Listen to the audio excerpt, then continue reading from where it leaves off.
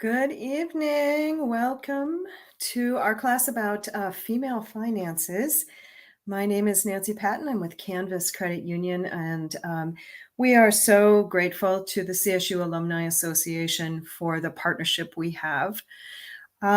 Just to make sure that people are hearing everything and that our technology is working, I'm going to ask you all to do something and throw into the comments where you're watching from tonight. That's one of the beauties of CSU Alumni is that we get people watching from all over, not just in Fort Collins. And so if you don't mind, use your comment option to tell us where you're watching from tonight. And so I'm going to watch those pop in for a minute. And then I wanted to let you know also that when the class is over, a couple things are going to happen as far as resources for you.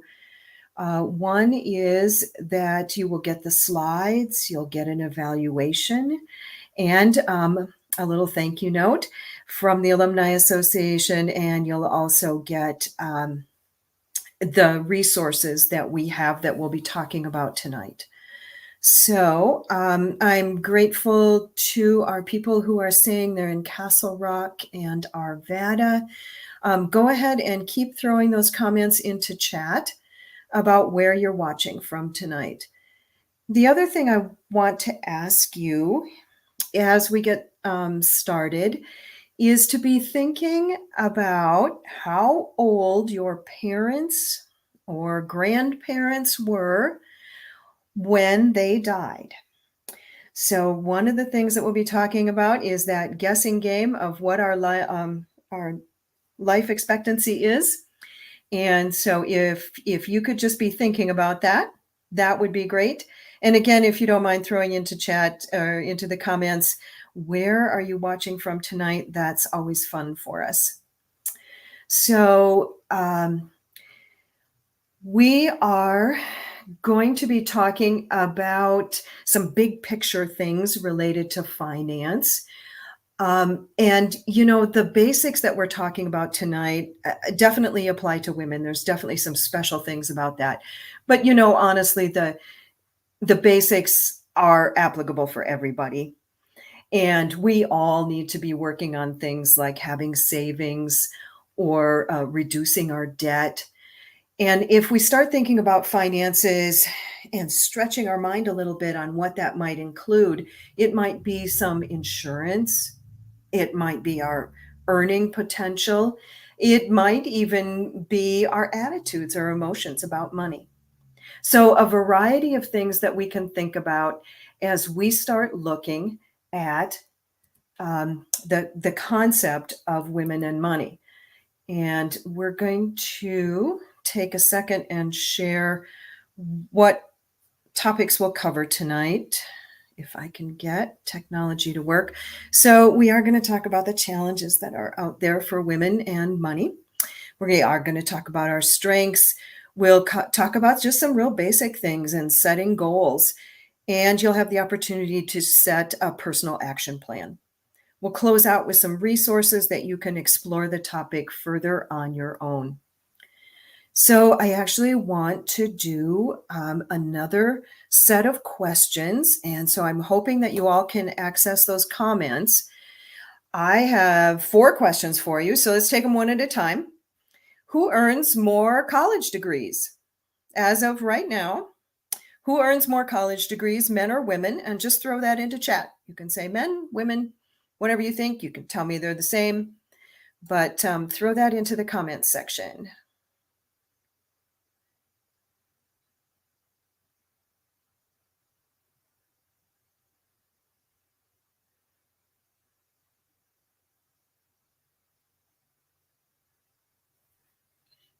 And I don't know if we're having technical difficulties, but I am not seeing any responses coming in, and that surprises me a little. There we go. Oh, somebody guessed men. Any other guesses? Ooh, Chris is looking ahead. She says that the answer is the same for all 4 of the questions. And we have another guess. Thank you, everybody who's throwing that in. Um, Actually, the answer for that first one, who earns more college degrees, right now it's women. It is women who are earning more. Who lives longer? So I already know one person's opinion, but who lives longer, men or women? Life expectancy.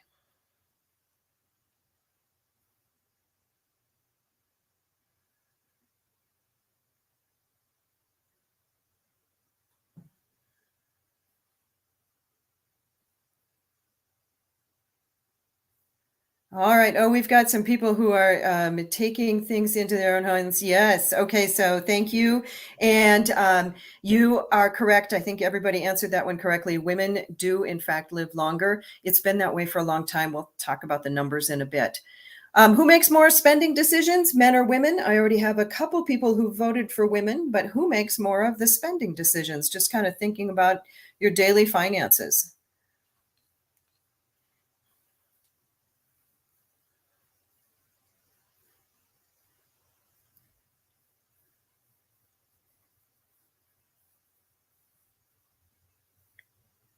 All right, I am not seeing many new answers coming in. So the previous votes were for women. And once again, who makes more spending decisions? Yes, it's women. So, last question. Who's more generous? Who is considered more generous? More of a financial giver? Who is more of a financial giver, men or women?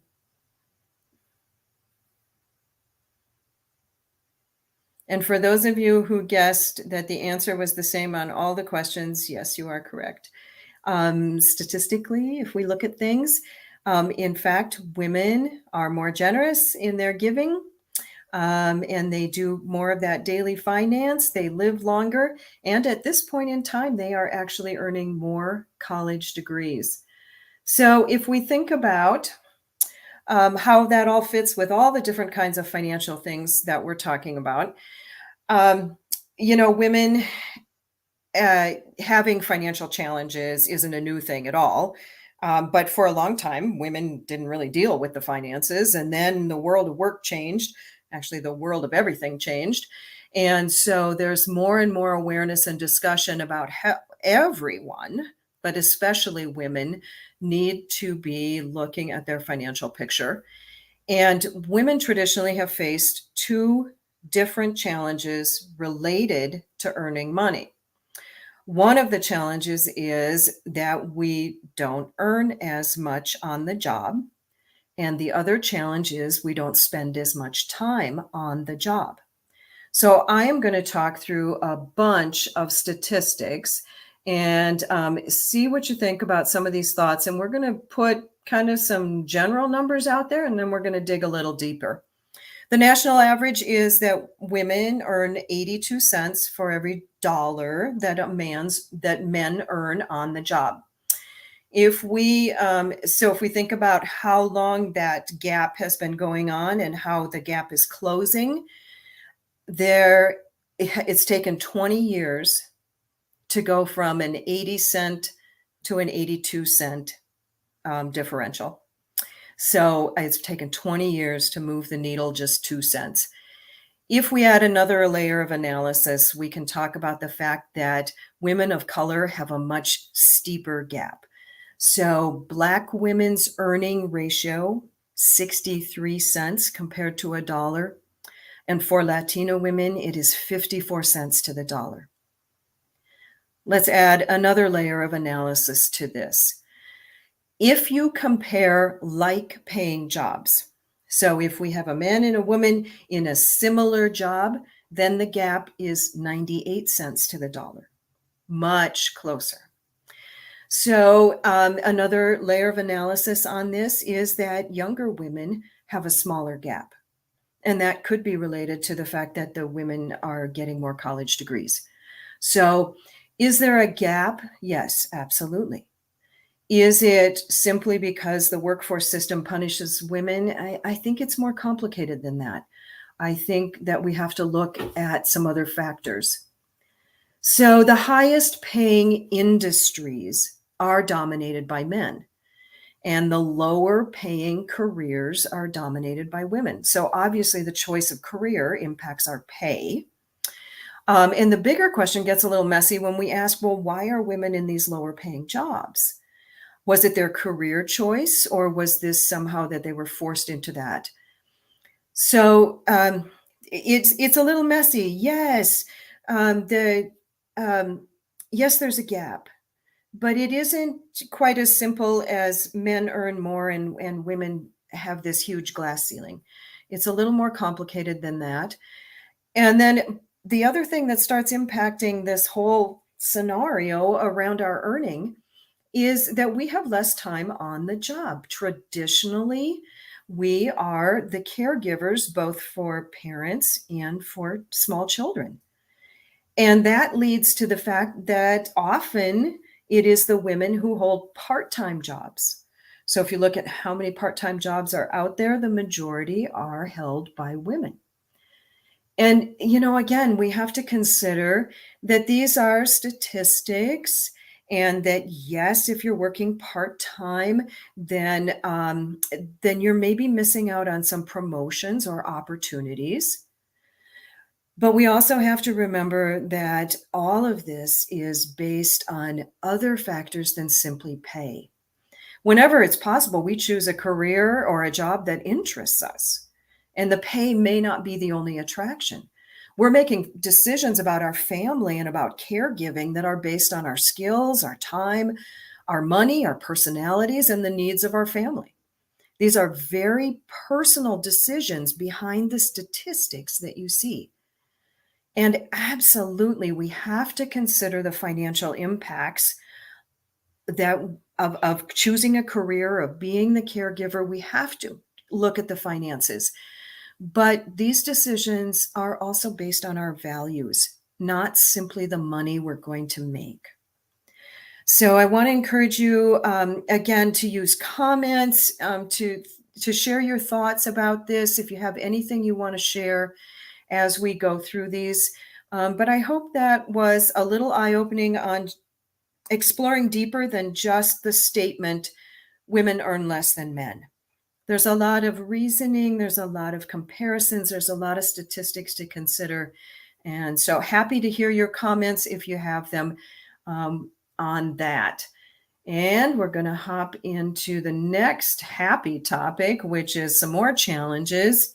So not only do we earn less, not only in the moment, but over a lifetime, we also tend to spend more on certain things.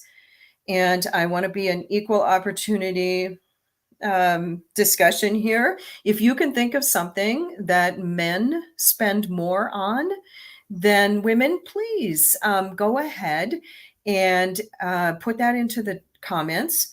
Tell us what you can think of that men spend more on than women do.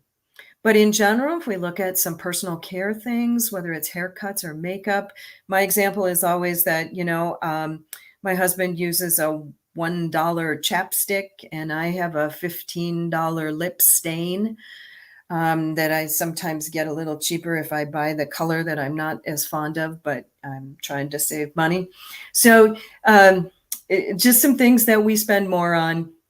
And then again, that generosity thing, we tend to be bigger givers. Shelley shared about golf being something the men spend more on. Yes, it depends on the guy or the gal, but absolutely, that's a good one to share. Thank you so much. And okay, and see, thank you. There was a comment about how we're all unique, is basically what's saying. Um, we're sharing statistics today. We're sharing general comments, and absolutely everyone is unique. Every household is unique. Every relationship is unique. And so I hope you'll take this all with a grain of salt on that. Thank you for sharing about the fact that, yeah, in your particular situation, it's a little bit reversed. So thanks for sharing that. One other thing I want to share, just as we talk about spending more, is there's a phenomenon, marketing tactic called shrink it and pink it. And the shrink it and pink it concept is that you take the same product. So the example on the screen is about a razor. And Marketers make it be a little smaller, a little prettier, and charge you more. So the question becomes, are we really willing to pay twice as much for a razor because it's got a tropical theme? So that's just something to watch for, to be sure that as we are spending, that we're making smart choices about those things, watching for those tricks that, are we really getting the best deal? And I love it. A couple more things coming in on the chat about what the guys do pay more for. I love the car insurance comment. That is especially true for young men. Young men. And so, uh, yes, and thanks for the comment about the razors. Yes, um, be watching for that in other areas too. And I'm a sucker for color. If something looks cute packaged with a like rainbow assortment of colors, I think that is always very tempting for me. So I have to watch for some of those things. But thanks for sharing, everyone. Keep the comments coming. Here's some more challenges, and this is back to that question about lifespan. I asked you to think about how long the people in your family lived, and statistically, women live longer. And it's been that way for years and years, for a long time. It's been about a 5-year gap. In 1950, the life expectancy was 65 for men, 71 for women. You can see on the screen what it is now, 73 and 79. And that actually is a drop. That dropped over the COVID years. But in general, life expectancy, minus the COVID blip, has been steadily increasing for both men and women. And we'll talk more about that in a second and how it affects some other things. But as women, we need to be especially concerned about outliving our money. It's a huge concern for people who are getting older. I'm assuming that the people on this call are a little bit younger, and you maybe haven't started thinking about this yet, but it is actually just one of those plug it in your brain and be aware of it things. So I would like to ask you again to use the comments section. What do you think the average cost of skilled nursing is? I just taught this class for a medical group, and they had a range of answers. They were from all over the country. And I do think this is something where the cost that you pay for skilled nursing, in other words, being in a nursing home, is higher in certain geographic areas. So it'll be, it can vary. But I'd love to know what your opinion is, what you think that's going to cost if you had to enter skilled nursing at the moment, or if your grandparents have to enter skilled nursing. How much does that cost per year right now? And so we had a guess of about 48,000 a year, and that's pretty close. And the national average is about 50, but I had people on the medical call the other day that were saying things more like 70. So if you end up going into skilled nursing, and you are there for about a year, yes. Okay. So Robin, thank you. See, there's that closer to 72. Love it. Thank you for sharing. If you go into skilled nursing and you stay there for 11 months, at that point, you've adjusted and adapted, and they say that the average stay after that point is 3 years. So you can see where this would be a tremendous expense in our later years. And again, I'm guessing you guys are younger. It's just that put it in the back of your head that we have to be thinking about this kind of thing. And then the emotional burden of being the last one left, and the dividing up the things, making sure the money's settled, those things that go with the emotional side of money and being the survivor. So all kinds of things to consider about the fact that we live longer. So Jumping into one more challenge. I know this has not been exactly cheerful so far, so I hope you'll hang with me and we'll talk about some tactics we can do. But it really does sort of make sense if we're earning less, if we're spending more, then we probably have saved less and saved less for our retirement, and therefore we have less money in our retirement income. So I don't want to paint a doom and gloom picture. I just want everyone to be aware of these challenges, and we'll talk about why, especially when you're young, it's a great time to get started thinking about that long off, far away retirement future. But again, just some statistics. Women are more likely than men not to have saved any money, not to have as much in their 401k or their pension. And of course, because we have traditionally lower incomes, that means we have lower matching money that the company is putting in.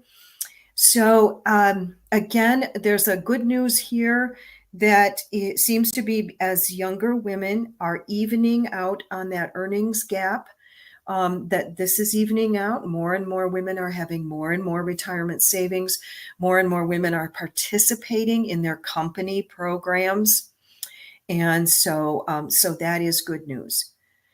And then again, as we think about saving up for retirement and then using that money in retirement, we're more likely to live in poverty. We're more likely to count on Social Security.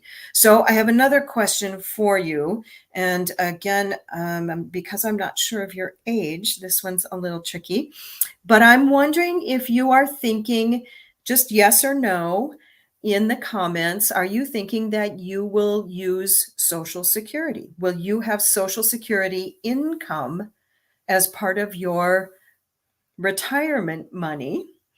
So throw that into chat, yes or no about Social Security.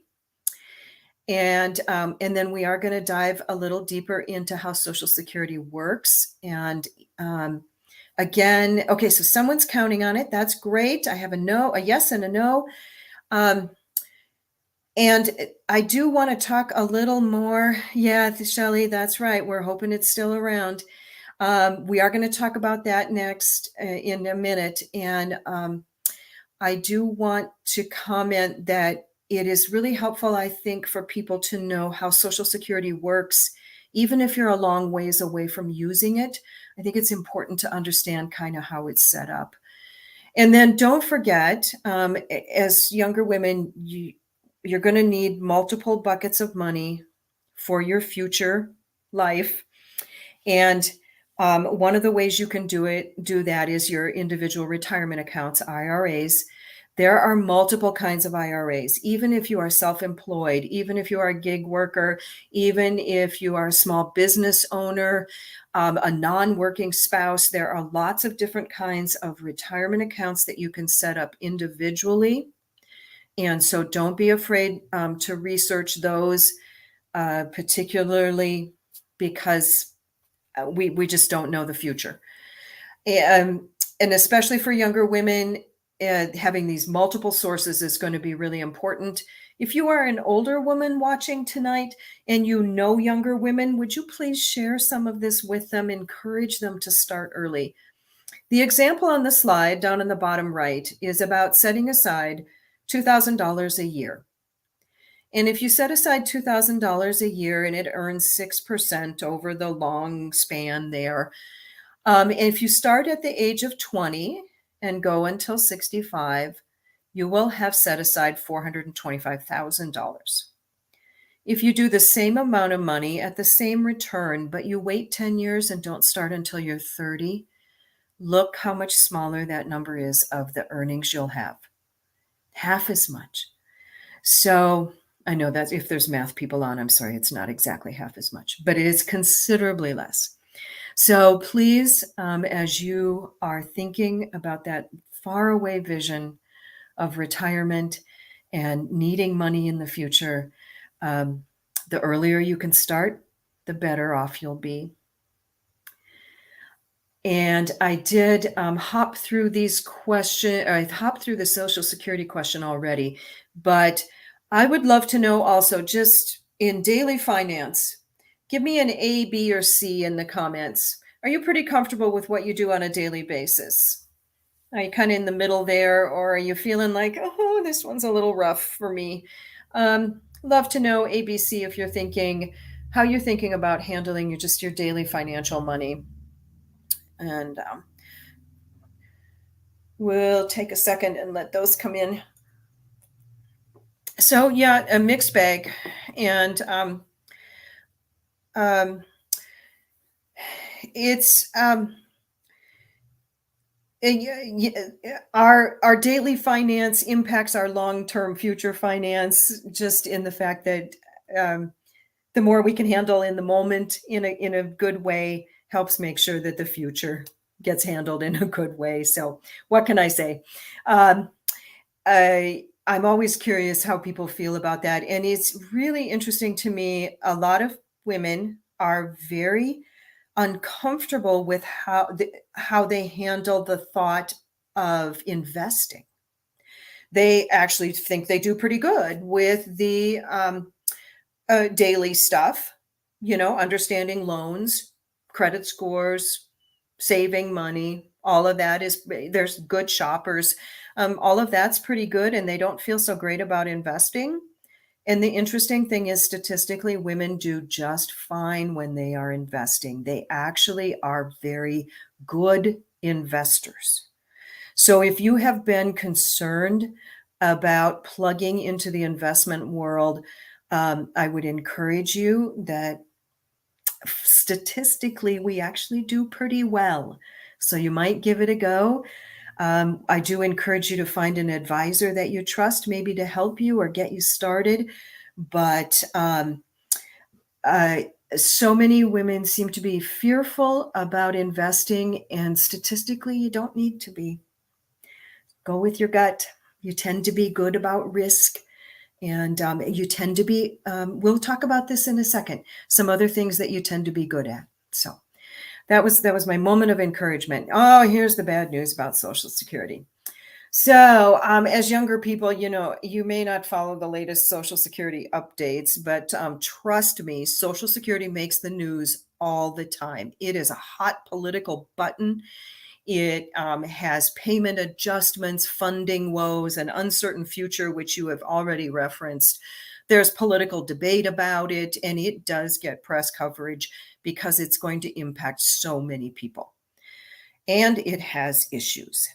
So let's talk about, just so you have an overall understanding, the Social Security program. It started in 1935. The retirement age was set as 65, but at that point in time, the overall life expectancy was only 63. And if you were 65 years old, your life expectancy was 68. So think about it in today's life. Um, if we retire at 65, chances are we're going to draw Social Security for 15 years, not 3. So the world has changed since the program was set up, but a lot of things about the program haven't changed very much. They have adjusted, if you didn't know this, the retirement age kind of. So depending on how old you are, when on your birth date, when you were born, will influence what your retirement age is.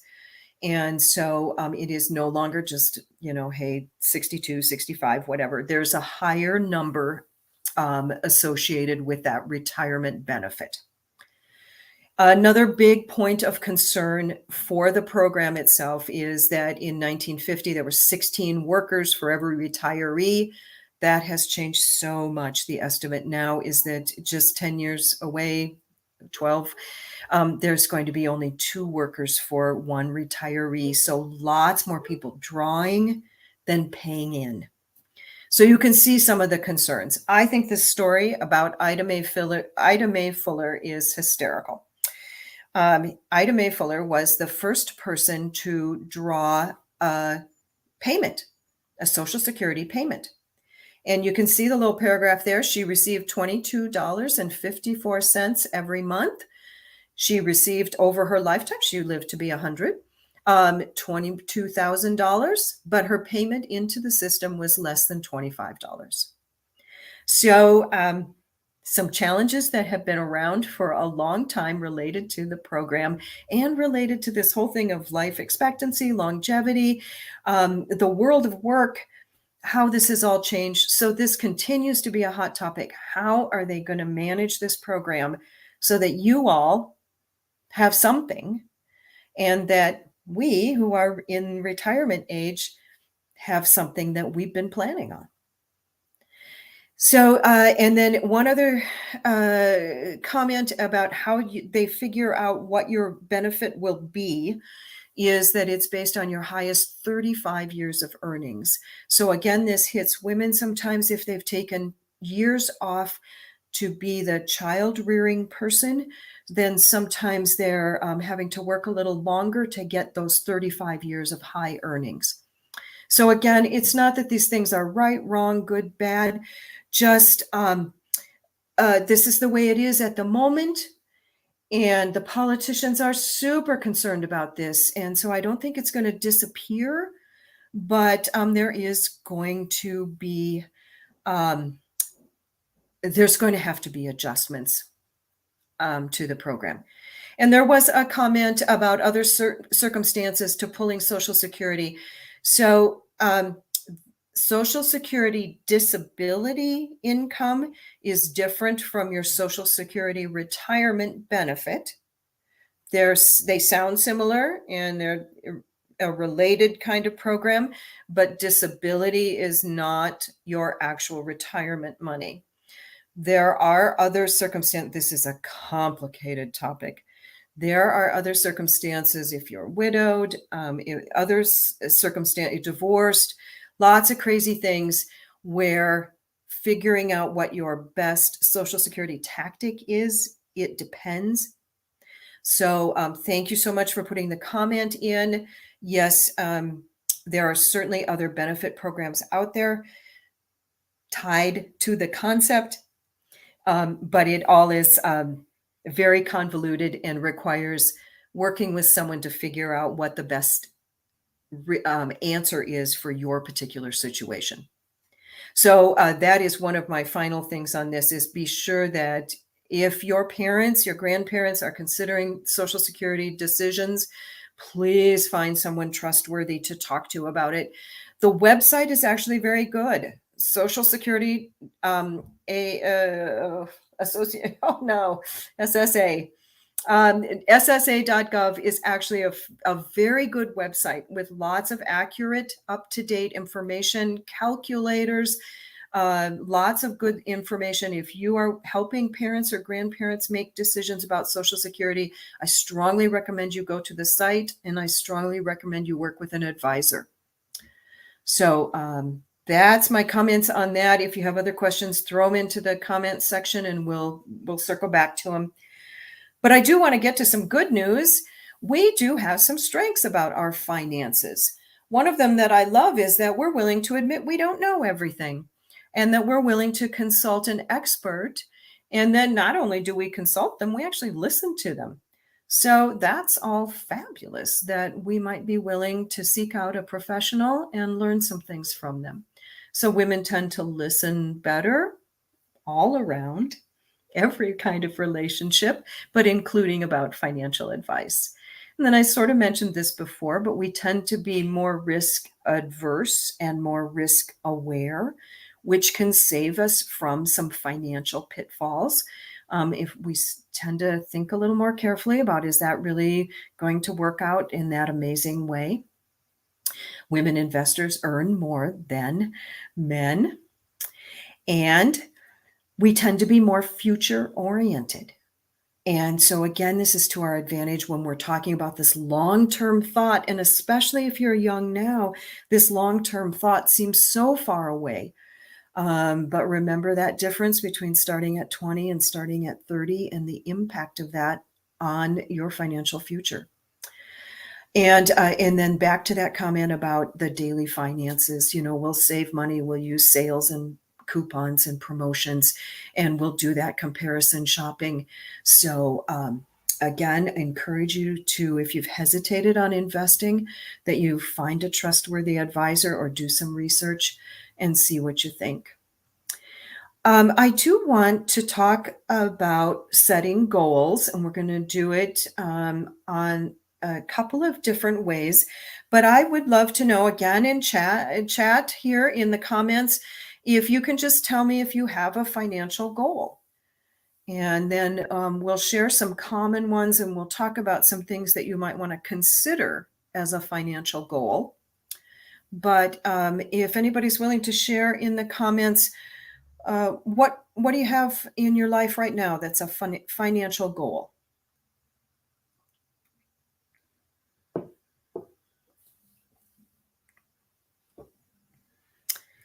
And there does seem to be a lag between people putting their answers in and then popping up for me to see. So I'm going to be patient for a second, and which is not a strength of mine.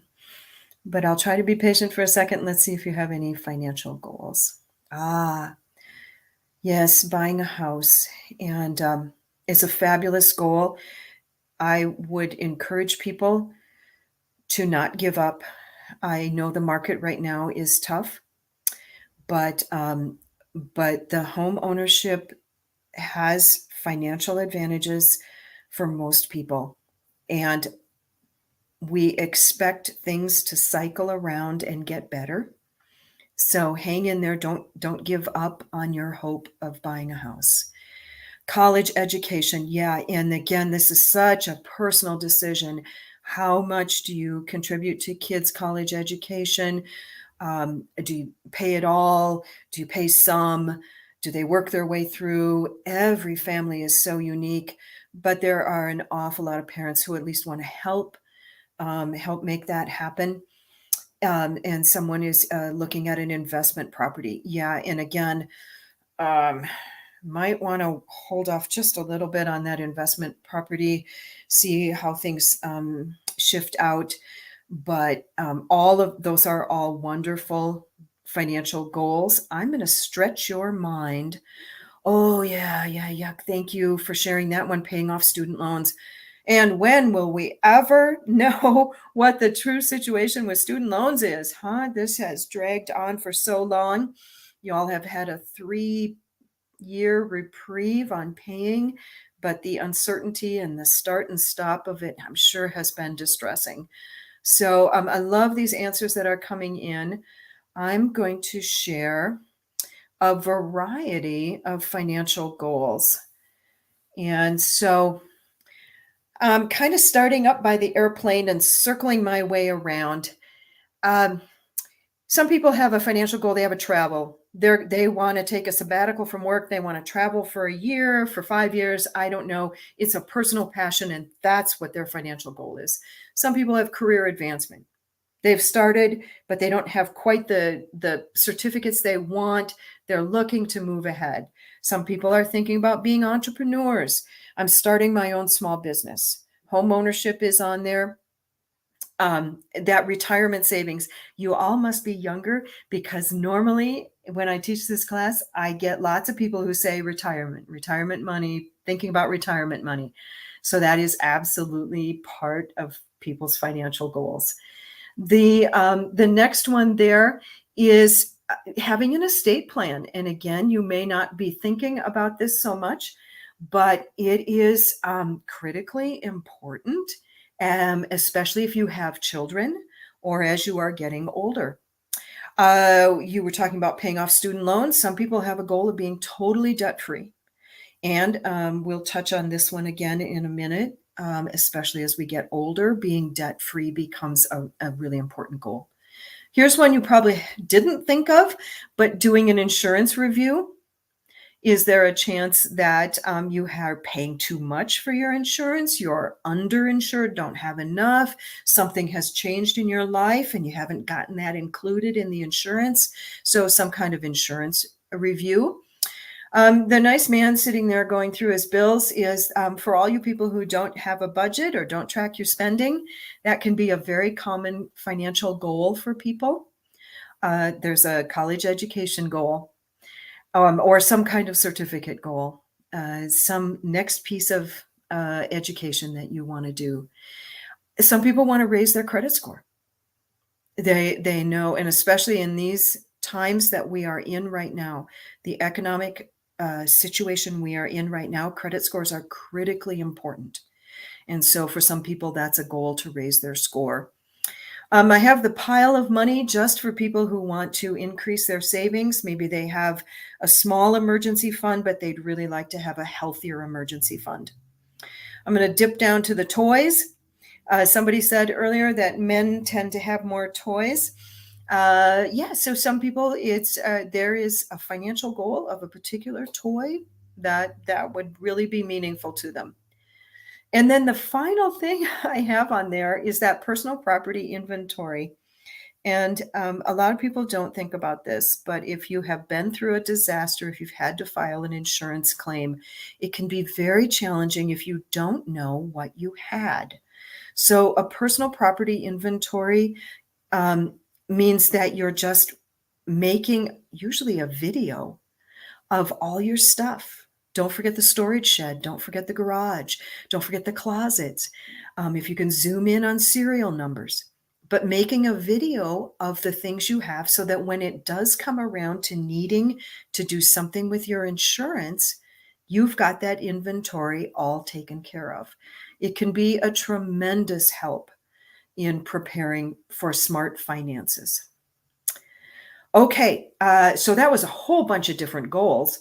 Let's talk about some ways you would think through setting those goals and picking a goal. One of them might be related to the flow. You set your foundations, you have a budget, you have emergency savings, those things that are listed under the basics. That's what you want to have. Oh my goodness, there's a missing word. That last, after have insurance, it's learn about money personalities.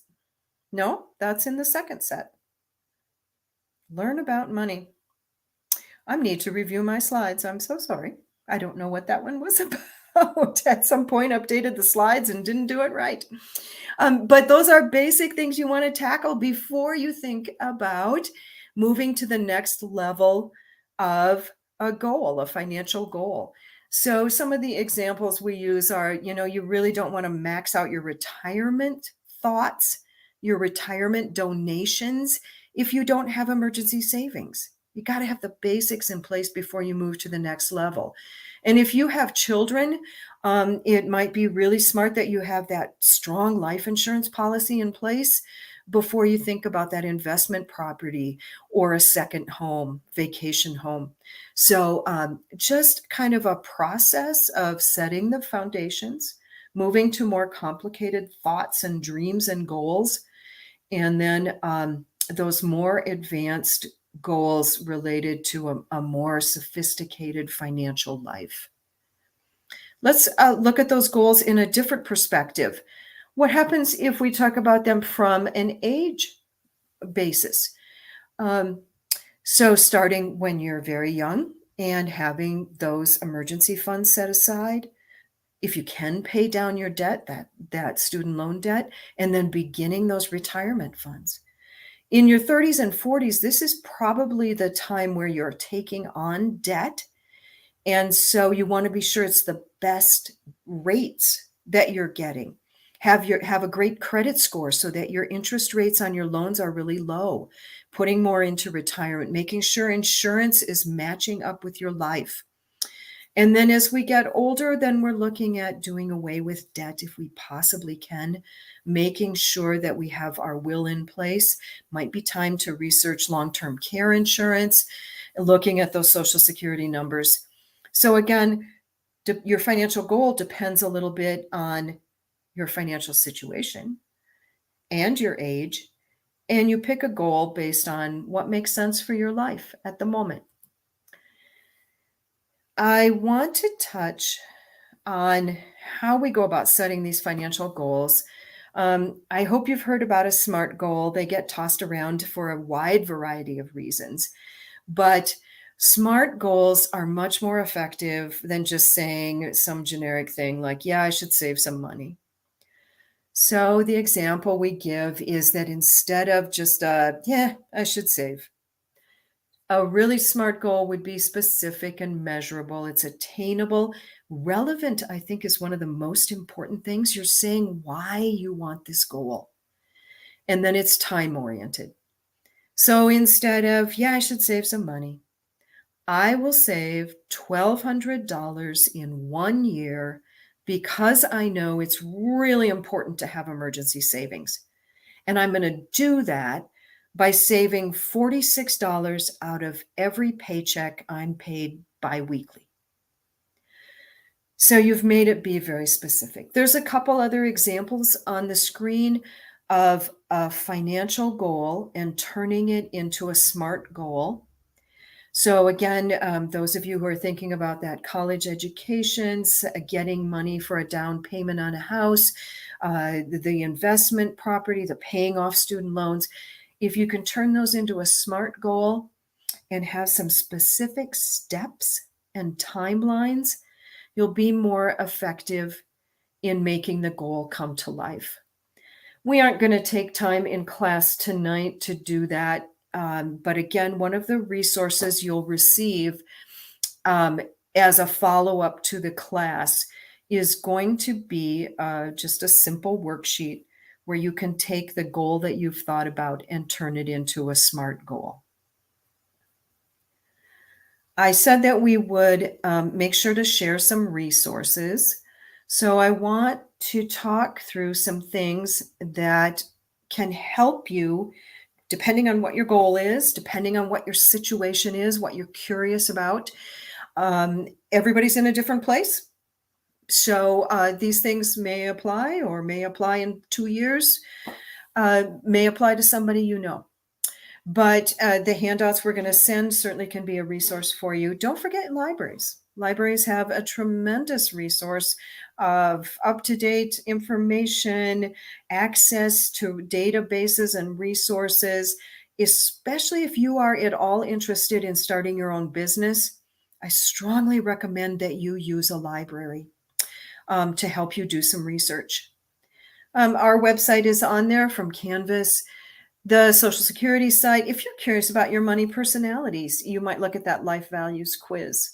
If you're curious about your credit score, you might do some study on MyFICO.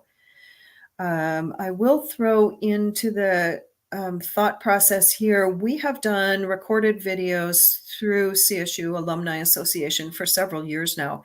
And some of these topics, including, I think, money personalities, definitely credit scores, home buying, all of those things are on a recorded video on the website, on the CSU Alumni Association website. If you dig around a little bit, you'll find those.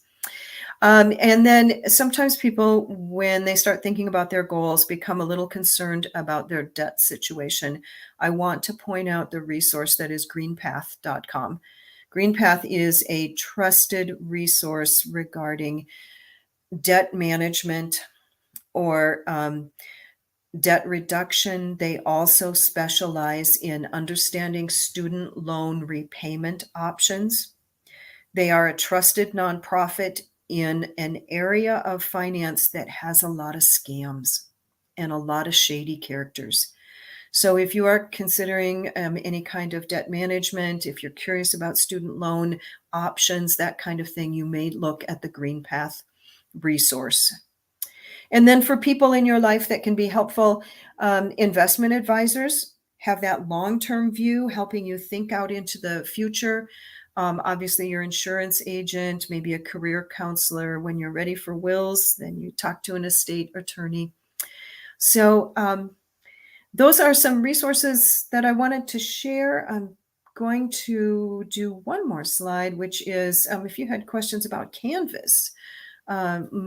My colleague Liz is a great resource for anyone associated with the university, including the Alumni Association. So a representative you can trust and work with at Canvas regarding any of our information. That's what I had for you tonight. I do want to thank again the Alumni Association for the amazing partnership we have, and the reminder that the slides and other resources will be coming out from from the Alumni Association. And I'll stay on for a couple minutes. If you have other questions, throw them into the comments there. Let us know what you're thinking about any of the information we've talked about. If there was anything that you want to dig deeper on, I'm happy to talk about anything related to finance. So thanks again so much to the Alumni Association, to those of you who joined us tonight. We do have another one coming up in a couple months, and I've completely forgotten what topic we're talking about. So, yeah, so I'll hang on for just a minute, but thank you so much, everybody.